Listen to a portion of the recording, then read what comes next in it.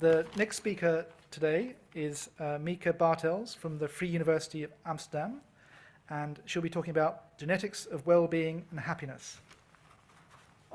Thank you, Meike.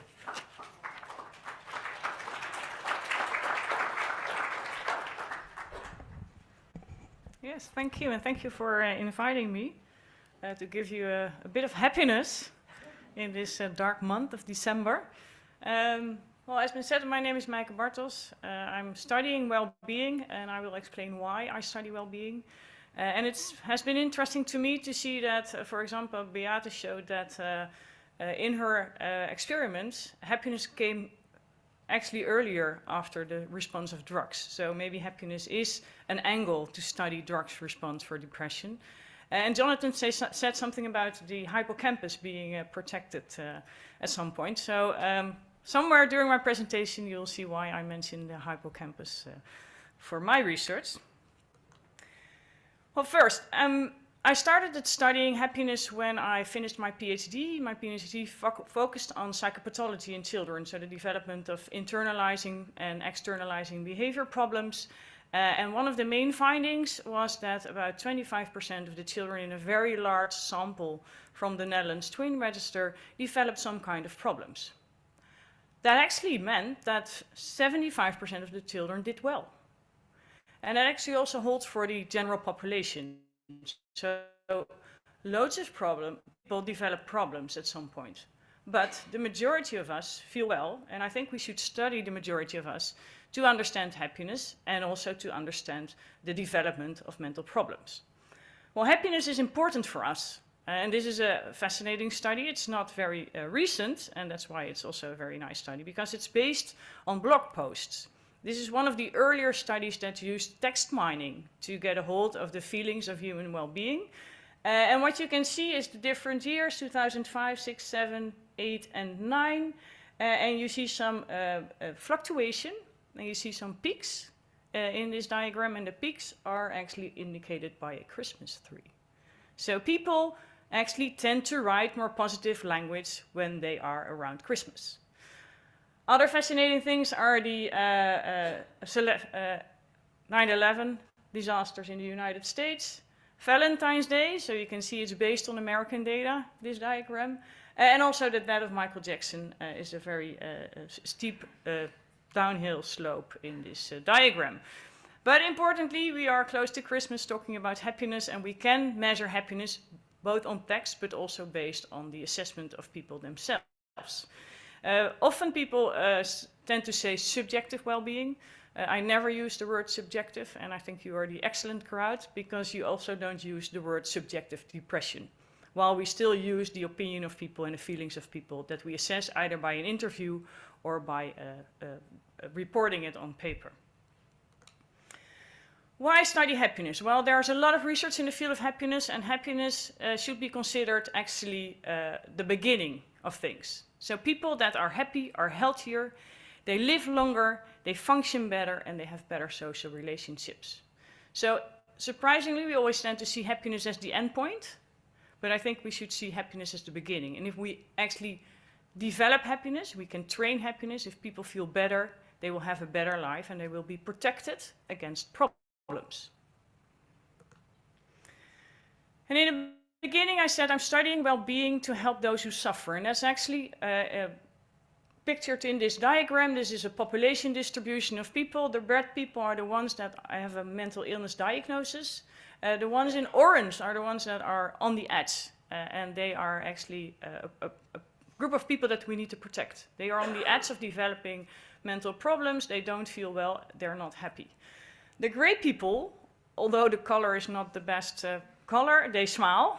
They feel well. So that's the majority of people. And the idea is if we understand why some people feel better than others, so some give a 10 if they rate their lives, others give a 5 or a 6 or a 7, that we can actually shift the total population a bit to the better side. If we do so, we also help those who suffer, and we maybe can learn how they feel well to help those who suffer.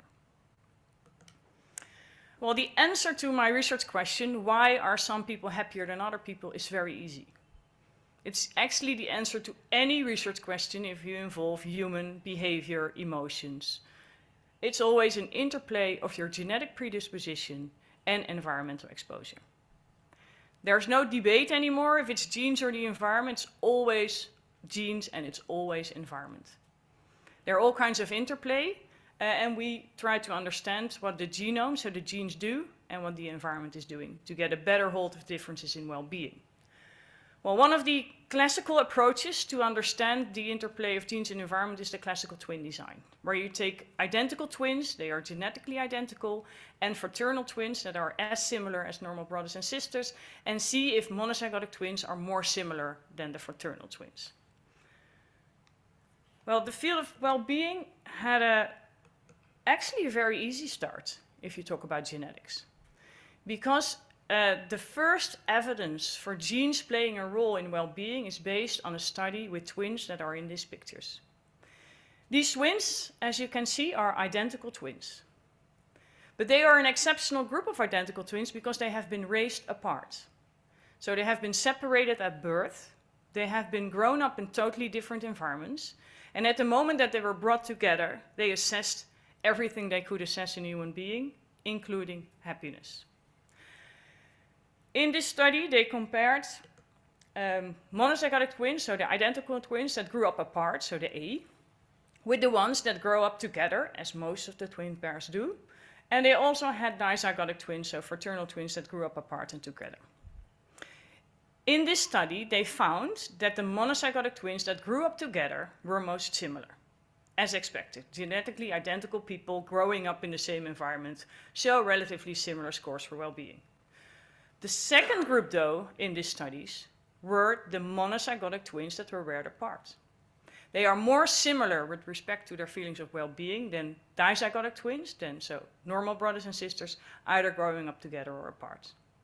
So that actually provided very strong evidence that genes should play a role in explaining differences in well-being. And based on their study, they provided a heritability estimate of 48%. So 48% of the differences between people in their feelings of well-being are accounted for by genetic differences. Well, luckily, twins are not separated anymore, at least if we follow the international law system, but their twins are born everywhere, all over the world, and so we can use twin studies still to get a better and robust estimate of the heritability of well-being. What you see in this diagram is a meta-analysis where we took all studies that were available in 2015, and we just recently updated it in 2022 with the exact same outcome. The studies are on the left side. The dots represent the heritability estimate of that particular study, so how much of the overall variance is accounted for by genetic variance. And you can see the sample size. If you take all these studies together, you get a heritability estimate of 34%, with a very short, a small confidence interval. Well, if you take all these studies together since then and 2000 till 2022, you get a heritability estimate of 40%. And this is what we found, and this is what they found in all twin studies around the world. So there's no debate about the heritability of well-being anymore. It's about 40%. Very importantly, this means that the other 60% of the differences between people is accounted for by environmental differences. Also very importantly, not depicted here, if something is heritable, it doesn't mean it can't change. It only means that we differ, that it's easier to be happy for some people, and that it's probably also easier for some people to become happier if you train happiness. But you can train everybody and can increase happiness for everybody. Well, knowing that something is heritable actually is the first step to try to understand the human genome in relation to well-being. So we tried to find the genes that are related to explain these differences in well-being on the human chromosomes. And for the ones that don't have a genetic background, we have 22 chromosomes, and we have the X and the Y chromosome, and they are actually indicated. One is the biggest and 22 is the smallest. And simply said, not reality, but you get one from your father and one from your mother. The question was, if it's heritable, where on the human genome are the genes that are important for happiness? Well, in our first attempt, we collected data from groups all around the world, and I will get back to the all around the world at the end. Genetically speaking, we took all European ancestry samples that had a well-being measure and that had DNA available in their individuals.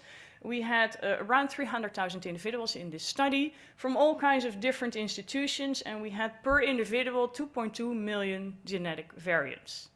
So if you try to see that in a data sheet, you will have 3 million by 2.2 million cells in your data sheet. And then the test is simple. For every genetic variant, you independently test if that's related to well-being. If you do a study like that, so genetic genome-wide association meta-analysis, you will end up with a Manhattan plot. A Manhattan plot is given the name to actually represent the skyline of Manhattan. So you expect very high peaks. Well, for well-being, we didn't find in the first instance very high peaks, but we were still very happy, and I will explain why. On the horizontal axis, you see the chromosomes. So 1 to 22 again. That's what we have in our human bodies. On the vertical axis is the outcome of the statistical test. So it's 2.2 million regression analysis for each genetic variant, and that's corrected, of course, for multiple testing. What you don't see clearly is that there are 2.2 million dots in this diagram. So you can see it a bit at the upper part, that it's dots, but this is also all dots. So all variants are in this diagram. And then the upper dotted line is the significant threshold. And the 3 dots that jump above this line are significantly related to well-being.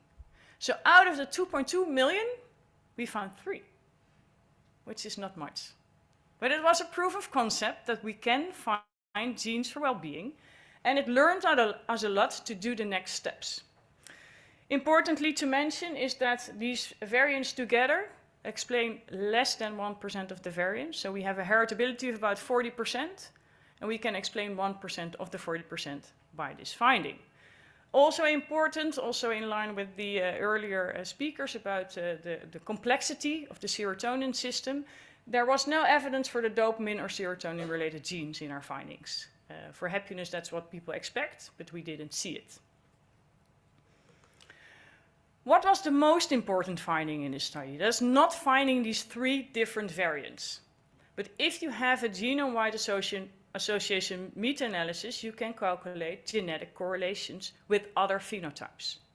A genetic correlation represents the overlap in underlying genes that are important for one phenotype and another phenotype. So what you see in this diagram is subjective well-being. This paper was written with economists who really were keen on using the word subjective. Subjective well-being and depressive symptoms. And as you can see, this is a negative genetic correlation of minus 0.75. So a large part of the genes that are important for well-being have the opposite effect for depressive symptoms and the other way around. So there's a strong overlap between well-being and depression, as we expect, but it's not perfect. So there are also well-being specific genes and depression specific genes. The same holds for subjective well-being and neuroticism. We know that neuroticism is strongly linked to depression, so as expected, it's also strongly linked to depression and subjective well-being. And we used this overlap in genetic information to get a more powerful study. So we actually developed a multivariate genome-wide association meta-analysis approaches to combine the information from well-being with depression and neuroticism in what we call the well-being spectrum. And by doing so, we had the availability of much larger data sets. So we could improve the power of our study substantially. So in our next study, we had over 2 million individuals in our study. And we had also many more SNPs. So we had a way more powerful study. And you can also see that that changed the Manhattan plot dramatically in a Manhattan way. Because now you see that we have peaks everywhere. It's again the human chromosomes on the horizontal axis, the same outcome of the statistical test, and this is the same dotted line. In our previous study, there were 3 dots jumping out of this line, and now you can see that there are over 300 independent locations on the human genome related to this well-being spectrum. That includes well-being, depressive symptoms, and neuroticism. Well, to be a bit more specific, we also developed a weighted approach where we could see if the different SNPs had the same effect for these 3 phenotypes or if it was phenotype specific. And important for happiness, what I'm talking about mostly, is that for life satisfaction, for example, we found 148 locations on the human genome. And for positive effect, what you can also consider to be happiness, 191. What you also see is that they are actually everywhere. They're scattered all over the human genome. Well, there are a couple of follow-up possibilities with these findings. First of all, you can use these findings to create polygenic scores. They used to be called polygenic risk scores, but if you're working in the area of well-being, I don't think we should use the word risk. So it's a polygenic score, or as most of the international community now is using, polygenic index. Same thing. So you can use the value of these estimates to calculate individual level genetic predisposition to happiness.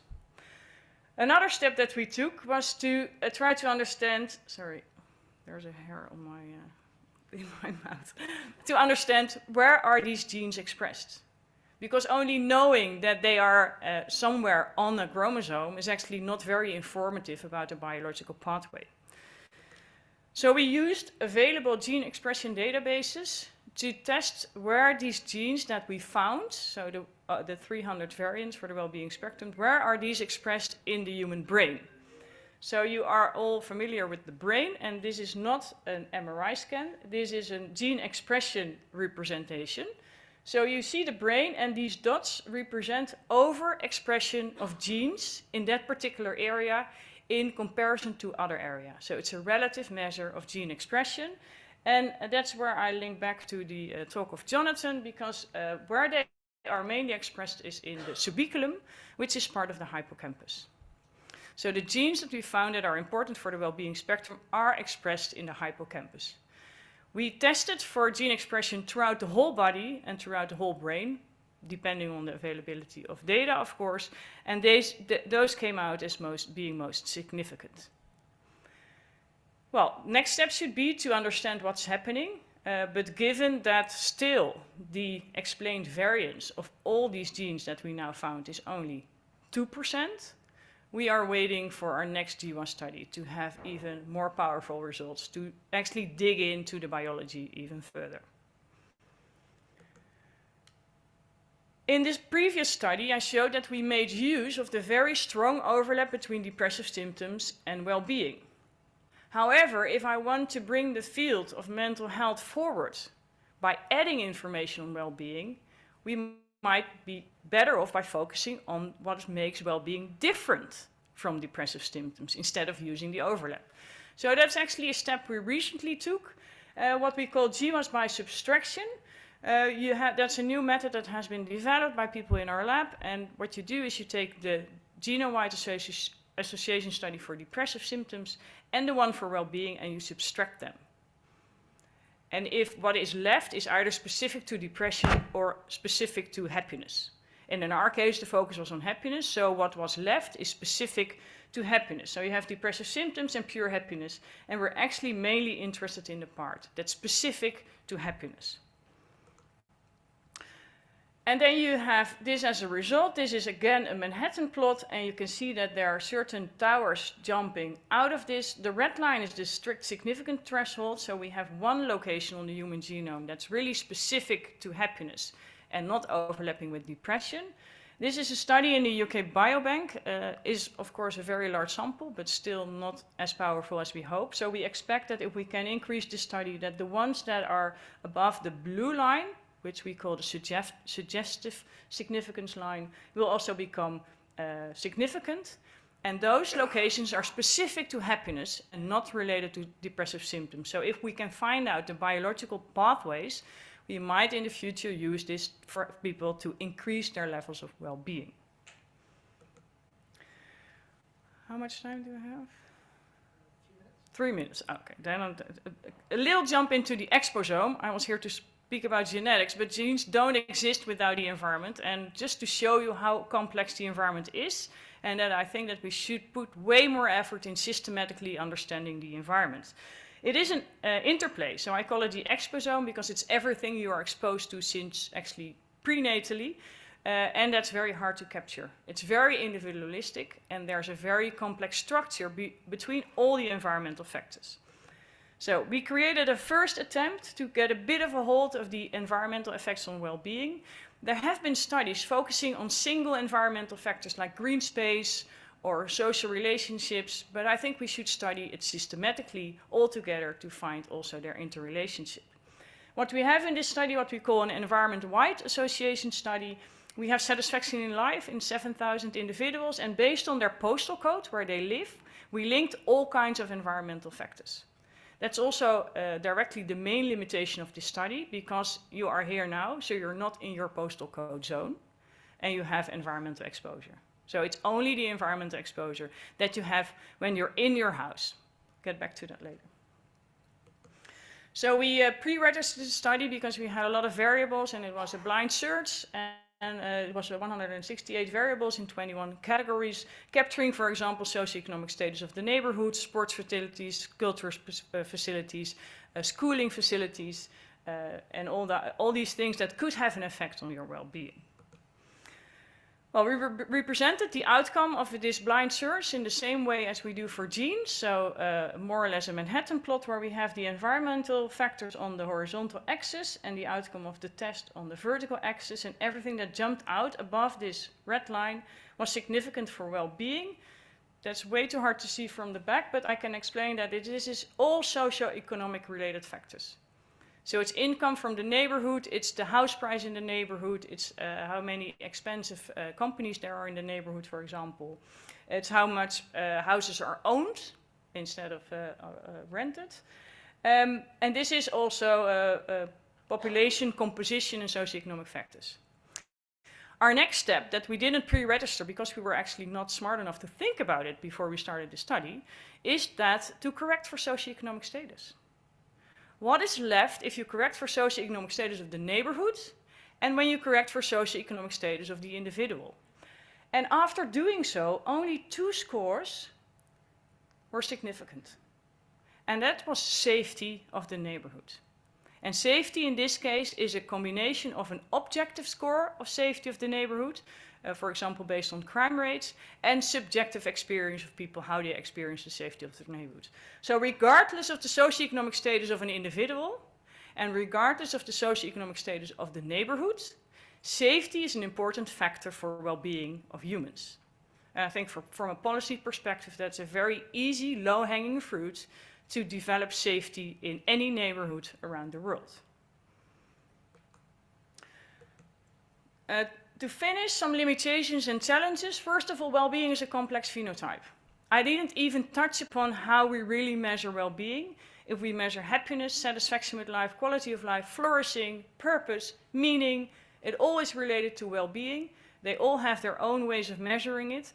The big studies, those show that they have a very strong correlation and also a very strong genetic correlation. So for our aim to get a better hold of the genetics of well-being, it doesn't really matter. To dig into the pathways, we will need data with more specific phenotyping to get a better hold. It's also a complex trait, meaning that the result is a combination of genes and environment. And genes and environment both are very complex, so it's not easy to have an easy answer, and that's also why we don't have the clear answer yet, and maybe we only add specific parts to a very big puzzle, and this puzzle probably will never be totally complete.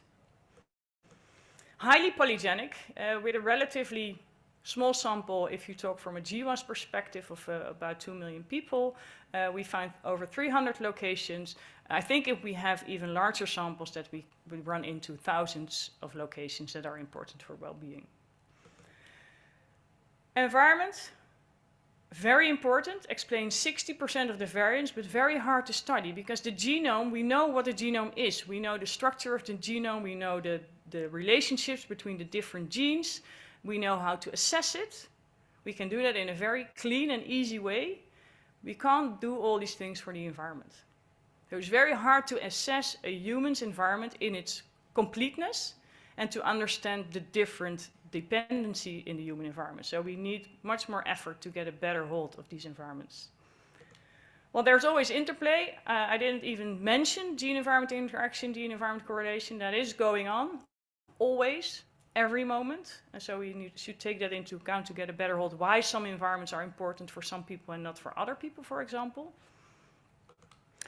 And very importantly, in many research areas, but specifically in genetics, the results that are presented here are all based on European ancestry samples. That's simple due to pragmatic reasons, that it's based on data availability.